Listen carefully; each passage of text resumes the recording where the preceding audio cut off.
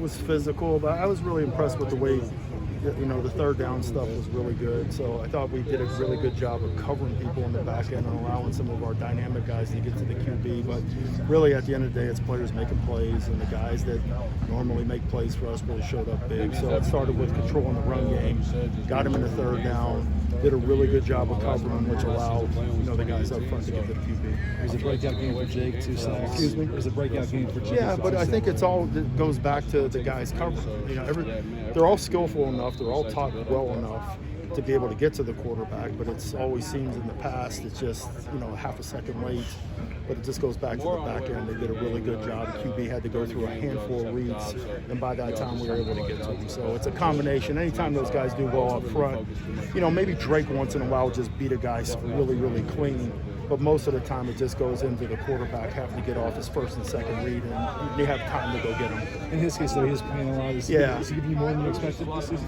Is he playing better? Is he giving you more than you expected? I thought highly of him. I mean, coming into the season with it, but just he's changed his body. I said this earlier in the year that I thought a little bit too lean, but he put some weight on, became a little bit stouter. Still has to play with some better pad level, but starting to see some of the traits of a long guy that's physical, and that's what he's starting to turn into. When it comes to Raylan, how do you prep him this week, given that he will miss a half? Well, we're working on with the second group, so I just want whoever that is, and obviously we're going to hold that in-house, but we want them to be comfortable with the first unit and all the communication, but we're going to rep them around. We're going to give them opportunities to play both positions, and I know he'll be itching, to get out of that locker room and get back in there, and he will be back in when we start the third quarter. I know you haven't had Maximus with you for a long time. Yeah. What are your early impressions of what he's showing you? He's a great kid. That was the first thing, and when Dante approached him with this, and hey, is this something you want to do? I think he went in and embraced it, and then I think he looks at it and he has an advantage when he plays low, that he's hard to move around, and he's really changed his body. That's the thing. He came in very, very heavy, like most young guys do, but he's lost a whole bunch of weight, and he still has a little bit more to go.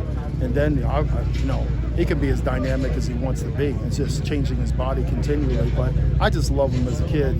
We put him out in the field on that one goal line play, and we misfitted the play, and he came up to me on the sidelines and had his head down, thinking that he didn't do what he was supposed to do. And I said, no, big boy, you did exactly what we asked you to do. So as we continue on with him, you're going to see more and more of him on the field. What stands out to you about Utah's offense?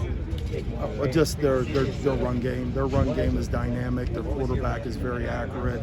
I go back to my Texas days with Cam, and he can make a lot of throws. So that's what they are. Going to be tough, fundamental, well coached, and we know they're going to try to run the football at us right off the bat.